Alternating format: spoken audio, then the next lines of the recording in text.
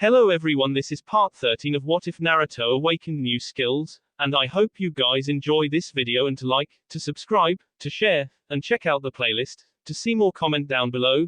Now let's start the intro. They call me a god. They call me a god.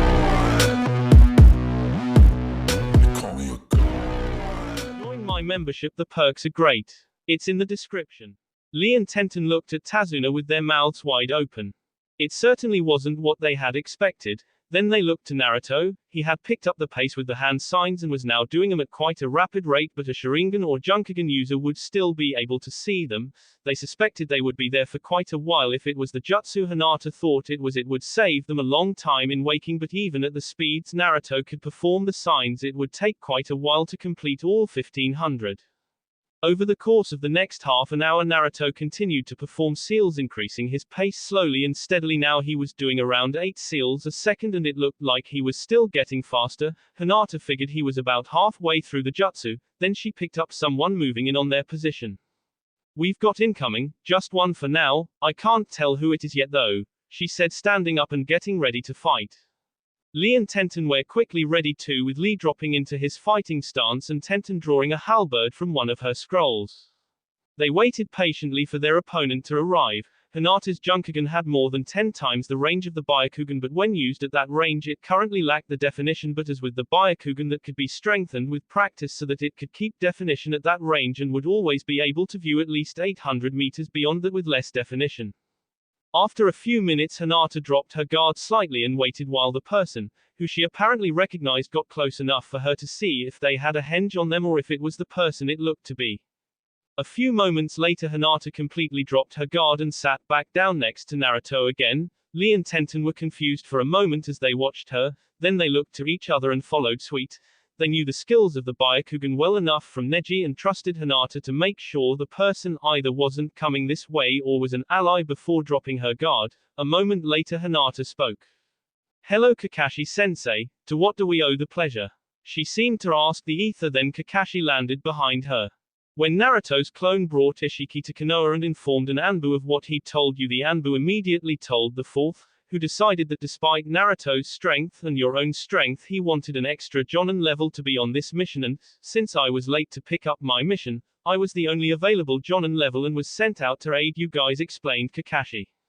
As soon as he finished speaking, Naruto finished going through seals. He stood up and moved his hand down in a straight line, leaving a purple glowing line in the air. He then appeared to grab the sides of the line and pulled it open to show the forest just outside Tazuna's house. The portal then expanded till it reached the floor and was tall enough to fit Kakashi's 5 feet 7 inches plus half a foot for hair, and wide enough for Naruto and Hinata to walk through together. "Don't ask now, just go through it and I'll explain on the other side," said Naruto, effectively stopping Kakashi before he started to ask what it was. Kakashi walked through the portal first, followed by Tenten, then Tazuna, Lee, and finally Naruto and Hinata walked through together. As soon as Naruto and Hinata had stepped through the portal, it closed behind them. Kakashi looked at Naruto quizzically on seeing the look Naruto sighed. "It's an advanced form of the other technique I've been using, but it's not good for quick escapes or moving into battles, and I'm probably the only one that can use it. Considering I've only got half my chakra left now," explained Naruto. Kakashi's visible eye widened. He knew Naruto had a lot of chakra. Hell, he'd watched him perform several powerful techniques at the Chunin exams that would have left him with almost no chakra if he'd done just one of them, and it hadn't even touched his reserves, and this one had taken half his chakra. That was a powerful technique and he was quite sure no one else could perform it. "You're right about that if you're down to half your chakra, and it feels like you are, so what's the plan from here?" replied Kakashi. He wasn't even about to ask for details on the technique, it was pointless. "From here we go into Tazuna's. We need to rebuild the bridge, so as soon as Tazuna's sorted out the plans, that I'll create around 150 clones and henge them to look like different people. Then we'll get on with building it. That way we can rebuild the bridge and keep the other villages safe. I doubt it will take long for our opponents to show themselves once construction is underway, and since we left tracks up until we walked through the portal, I think some of them will be busy for a while. It'll probably take around 3 days to complete the bridge. I think we'll be better off building it from steel instead of wood," explained Naruto. Kakashi was surprised. Naruto had thought it through very carefully, but he seemed to have missed something. That's all good and well, Naruto, but how exactly do you plan on getting the steel and forming it into the shapes needed to build the bridge? Asked Kakashi. Naruto smiled. I figured you might ask that. I've brought a forge in one of my scrolls. It's in pieces, but it won't take long to build. I've also brought around 2 tons of steel, and one of the reasons I selected Tenten is because she knows how to forge steel, replied Naruto, surprising them all. He really had thought the mission through, even planning the best way to give the village a better long-term solution. Okay, so when are you planning on beginning the process? Asked Kakashi. I'll build it today and then we can start work on forging the steel and making the bridge's primary structure first thing in the morning. I expect that by the afternoon we'll have finished the base and have enough steel ready to begin building the bridge properly. I'll use a jutsu I know to melt the steel at the point of contact with each other piece and lock them in place, replied Naruto. By nightfall the group was sitting in Tazuna's small living room out of dining area talking with Inari and Tazuna while Tsunami was in the kitchen making them tea with help from a shadow clone Hinata had created. After hearing from Naruto about how much he loved Tsunami's cooking, second only to Ichiraki's ramen, she decided that she would take the opportunity to learn some of her recipes so she could make them for Naruto when they got back to Konoha. Several days passed as the steel was forged by Tenten and 2 of Naruto's clones and the bridge was constructed by nearly 200 hanged Naruto clones. As the bridge was nearing construction, Naruto sat with Kakashi and Tazuna and finalized the plans for the next couple of days. The final plan was as simple as it was complex. 2 clones would hide beneath the bridge and another would stand above them disguised as Tazuna when a clone would ask it for information about what to do with something or what to do next. The clones would listen in and then one would disperse, relaying the information back to the real Naruto, who would pass it on to the real Tazuna, who would then make the decision about what needed to be done with the information given to him and tell Naruto, who would in turn create and then dispel another clone, relaying the information to the clones at the bridge. When they received the information, the remaining clone under the bridge would then create a fresh clone and would wait till the next request for information was made before repeating the process. The next day the plan was put into motion and a couple of days later the event they had been waiting for happened. About time to get ready to roll, guys. I've just learned something I shouldn't have till tonight, said Naruto standing up. What do you mean, Naruto? Asked Lee with a confused look on his face. Naruto looked at him and smiled. One of my clones building the bridge was just destroyed by a precise and powerful gust of wind. Don't worry, Tazuna, I'll send over Tenten to look after you. She's a powerful kunoichi in her own right, said Naruto, smiling to the man. I trust you, Naruto, and the best of luck to you and your team. Not that I think you'll need it for 1 second, replied Tazuna. A little bit of luck is always a bonus no matter how powerful you are, replied Naruto as he walked out the door followed by Hinata, Kakashi and Lee. As they made their way to the bridge, Naruto created and dispelled a clone. His orders were simple: to those at the bridge, act as close as they could to civilians, and only give the appearance of knowing nothing as long as they didn't see one fall. To the clones with Tenten, the orders were simpler still: inform Tenten to go and guard Tazuna, then one will disperse and the other will remain to aid Tenten should the need arise. Every few seconds he would get the information from 1 or 2 more clones signifying that they had been destroyed. By the time they were halfway there, nearly a quarter of the clones had been destroyed. One had even managed to see a senbon needle hit the back of another before freezing at the sight and then feeling a gust of wind destroy it. So we have at least 2 opponents to deal with. By the look of it, the senbon user is highly skilled, but I'm not too worried about that. It's the wind user I'm worried about. I know that the good firing off wind that precisely is quite a feat, one that I think Temari struggles considerably with even when not using her fan, thought Naruto, thinking about the best way to combat their opponents. A couple more clones dispersed and then a vital piece of information arrived. 3 targets confirmed a clone had managed to turn round to get a quick look at the area they were in. All 3 wore cloaks to hide themselves, but one of their right arms could be seen. It held a small fan and was very lightly built. Around the wrist was a small silver chain, suggesting that they may be female, but he wasn't about to make any guesses. Suddenly an influx of knowledge told Naruto that a large blast of wind had taken out all of his clones bar the 2 under the bridge, and more or less how to build the damn thing, he thought. Moments later the group arrived at the bridge to see the 3 unknown ninjas standing waiting for them. Naruto looked them over. One appeared to have quite a heavy build and was around 6 feet 7 inches. The next was standing around 5 feet to their left. They were a lot shorter, only around 4 feet 4, and with a feminine air to them, and the last was sitting off to their left on the railing of the bridge with their left leg bent at the knee and the foot resting flat on the side of the bridge with their right leg folded on top, a pair of black shinobi sandals on their feet. It was hard to tell their height, but he guessed it was around 5 feet 7 inches, and the way they held their upper body definitely gave off a masculine appearance. However, these things didn't particularly bother Naruto. What he saw on the left of the black capes they all wore was what bothered him: the image of an eye with 5 stars placed in the shape of a pentagram. It appeared to be the Fuengen. "What's that symbol you have on your capes?" he demanded. The one at the back turned their head towards him slowly. They reached up and pulled down their hood to reveal a young man that looked no older than 20. He had a scar running down the left side of his pale face. His hair was sea-short and a grayish-blue in color, but he kept his eyes closed as he faced Naruto. "Not that it's any of your concern, but it's our family's Kekkei Genkai, the Fuengen," he replied calmly. His voice was soft but sounded almost solid. Naruto looked at him carefully. "If that's the case, then it's very much my concern. It's the first time I've come across another Fuengen user. Tell me, what's your name?" said Naruto cautiously. He was hoping to avoid a fight if they really were potential family to him. "I seriously doubt that you are capable of using the Fuengen.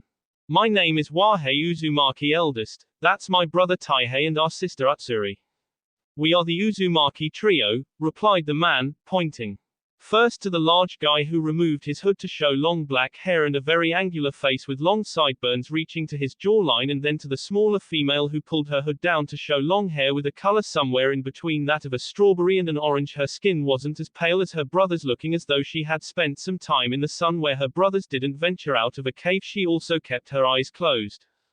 "I think you'll find I can. My name is Naruto Namikaze Uzumaki, son of Minato Namikaze, the 4th Hokage of Konoha, and Kushina Uzumaki of Konoha," said Naruto calmly. All three instantly opened their eyes. Wahei revealing chocolate-colored eyes, Taihei revealing eyes almost the color of an orange traffic cone, and Utsuri revealing eyes the color of grass, exactly the same as Naruto's mother Kushina had. "How do you know the name of our aunt?" asked Taihei. His voice was very deep and held a sadness that could almost make you think he had the worries of the world on his mind. "And how dare you lie and try using her name against us?" growled Utsuri, making it very hard to discern what her normal voice sounded like. Naruto closed his eyes before speaking again.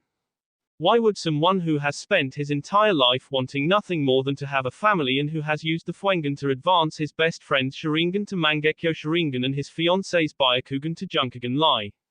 asked Naruto. As he finished, he opened his eyes to reveal the 5 stars of the Fuengen to the group in front of him. "Don't try to trick us with genjutsu," said Wahei as he and the other two activated their Fuengen. Naruto smiled and activated the Kakem, and using the vision of the Fuengen used it on all three at the same time. The world turned black for a moment for the 3 Uzumakis before revealing the desert land of the Kakem. "How did we get here? Did you do this, Wahei?" asked Utsuri. Her voice was very similar to Hinata's, just a little deeper with a slight edge to it. She looked to her older brother, who she'd seen in her peripheral vision. He shook his head with quite a shocked look on his face. She turned to Taihei, who very obviously hadn't by the shocked look on his face. "It was my doing. I realized you would need a demonstration of my Fuengen before you would believe it was real, and now I'm going to show you some of my milder childhood memories," said Naruto. Then images started to flash in front of them. They started showing a fire raging all around, and then spun round a small rundown flat to a door and attempts to kick it down by very small feet. From there it shifted to looking up at a night sky with the edges of buildings visible at the edges. The image moved to show a man kneeling on a small arm, then quickly over to show someone else kneeling on an arm on the other side. Then a scream went up, the scream of a young child in pure agony. The man kneeling on the arm got up to show a kunai S through the small hand at the end of the arm. Over the next several days, various images flashed in front of them, all showing the same small body being T in very cruel ways. Finally it stopped and Naruto spoke again. "As I said before I started, that was just a small sample of the milder attacks I endured before I was 8 years old. Many attacks both before and after were far worse," said Naruto. His voice sounded like it was going to break as he remembered some of the worst attacks he'd suffered. There was no hint of lying in his voice, and he looked the 3 in the eyes as he told them. Much like the Sharingan and the Byakugan, it was impossible to lie to someone when they used the Fuengen. Naruto had made sure to let them keep using it so they could tell he wasn't lying. The three were awestruck with what they saw. They couldn't imagine anyone being so cruel, never mind being that cruel to a child, and if those were on the mild end of the spectrum, they didn't want to see the more brutal attacks. Suddenly it struck Wahei that they might have had good reason to attack. They may have taken it too far, but they may have had good reason to attack in the first place. Why did they attack you? He asked, his voice held suspicion as though it may have been Naruto's fault in some way. Because I was a Jinchuriki, the living jail to the Kyuubi no Yoko that attacked the village the day I was born. It killed a lot of people that night before my father sealed it away inside me. He sighed heavily before continuing. All the villagers could see was the demon itself, not me the boy. Only thing was they never really could kill me. Something of a gift and a curse from him. I can regenerate from almost any wound, no matter how life-threatening it should be, explained Naruto. When he finished, something struck Taihei as being odd. A word seemed out of place.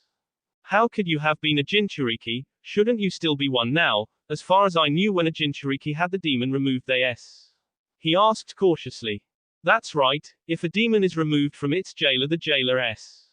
However, I am one of only 4 Jinchuriki in history to find love. Thanks to Hinata, she was put in a life-threatening situation, and because of that I merged with the Kyuubi, keeping its power and knowledge but becoming the dominant personality in order to save her life. For a being of pure chakra like the Kyuubi, more so than for a human or an animal, when all its chakra is drained there is nothing left of it, so it was destroyed, changing me from a Jinchuriki to a former Jinchuriki, said Naruto. The three stood speechless in shock. He'd been through hell, done something considered impossible for one such as himself, and crowned it off with something that basically seemed so far-fetched, and yet they could see he wasn't lying. It wasn't even as though he just believed it to be true. He knew it to be true. Slowly the world faded to black again and they returned to the real world. As they returned to the real world, Utsuri suddenly burst out crying and ran to Naruto. Lee started to move forward to attack her when Hinata put her arm in front of him to stop him. Kakashi just stood back with an amused look on his face. But Hinata, she's going to attack him, he said, confused. Look, Lee, she said, pointing to the girl with her free hand as the girl made a stumbled dash towards Naruto with the tears freely flowing down her face. She's not going to attack him, and even if she was, do you think Naruto needs your help? He took out Gaara without breaking a sweat, replied Hinata. Lee looked a bit upset. Once again he'd been outdone, but as always when it came to Naruto, when he remembered the reason why Naruto gained that strength, he couldn't help but smile. He'd found the ultimate precious person, a life partner, and had done the impossible again to protect her. He knew he would have done it at the cost of his life, but he hadn't needed to, and that was something Lee was glad for. Utsuri reached Naruto, tears streaming down her face like a burst dam. She threw her arms around him and cried on his shoulder, then slowly fell to her knees, still clutching him. Then she started repeating the same words again and again. I'm sorry, she said. For around 5 minutes she neither moved nor said anything different. Her brothers had been too shocked to say or do anything.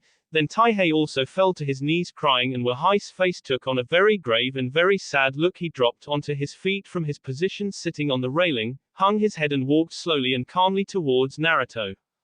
We're all sorry, he said. Then he lifted his head and looked Naruto in the eye and continued, had we known that our cousin lived in Konoha we would have joined you there, he finished. It was better you didn't. From what I've learned from various people, had you joined me in Konoha and associated yourselves with me, you would have been given much of the same treatment. Maybe even attacked yourselves, and unlike me you wouldn't have lived. Better you know now when it's not a problem and I don't have to worry than having found me sooner and either had to watch yourselves as they attacked me or be attacked and me having had to watch as they either severely hurt you or even kill you in front of me, replied Naruto. His answer surprised Wahei. The boy really was too kind. He'd only just met them and already he cared enough to be worried about them. Then a thought struck him like a sledgehammer. So I take it our Aunt Kushina is S along with our uncle. It was more a statement than a question, but Naruto's answer surprised him completely. Unfortunately my mother is giving birth to me. I never met her, however my father recently rejoined the land of the living and has once again taken his post as the 4th Hokage of Konoha, he said. Uncle Min is alive? Asked Taihei looking up, his eyes filled with hope. He is sealing the Kyuubi within me, he said, and the look on Taihei's face could only be described as devastated, but he continued. But thanks to a deal with the Shinigami and one young boy obsessed snake Sanin named Orochimaru, he is once again back amongst the living. So yes, my father is very much alive. he finished. The only way to describe Taihai's face would be to compare it to a 5-year-old girl learning she had gotten a pony for Christmas. He then walked up and stood behind Wahei, and Hinata walked up and stood next Naruto, who then slipped his arm around her waist, which didn't go unnoticed by Wahei. Am I correct in thinking you are Hinata? He asked. Hinata nodded in reply. He then walked towards her and knelt in front of her. A perfect name for the one who brought light to our cousin's life. Know that as long as you are with him you have our protection, he said earnestly. Hinata blushed at the compliment but was very grateful that they were not going to fight. Well, what do we have here? The great Uzumaki siblings defeated. Well, at least I don't have to pay you now, came a voice from the end of the bridge opposite the village. It was a heavy voice but sounded as though it was forced, and the tone was a dark but jovial one. Instantly Wahei, Taihei and Utsuri spun round, glaring daggers at the man on the end of the bridge. He was exceptionally tall, at around 7 feet 4 inches, but looked so thin that a light breeze would carry him away like a feather. He wore a black business suit with black leather-laced shoes, a light blue shirt and a tie the same color green as Lee's spandex suit. So you must be Sapai, the merchant that took the place of Gato, said Naruto calmly. The three before him looked at him with a shocked expression. He already knew the name of the guy and was certainly not afraid of him. That's right, although I'm a little surprised you know my brother's name. Still, I heard he got beaten by a Konoha ninja dressed in orange, said Sapai, shrugging his shoulders. May I know the name of the people I'm about to have K? He asked with a smirk. Well, you aren't going to be K any of them, so you don't need to know the names, but I suppose you should know my name since I was the one that K your brother and will K you. It's Naruto Namikaze Uzumaki, he said calmly. Naruto, so you're the one they named the bridge after and the reason they won't goddamn break, K them, he shouted. That will be all for this video. Be sure to like, subscribe, share, and comment down below for more videos. Goodbye.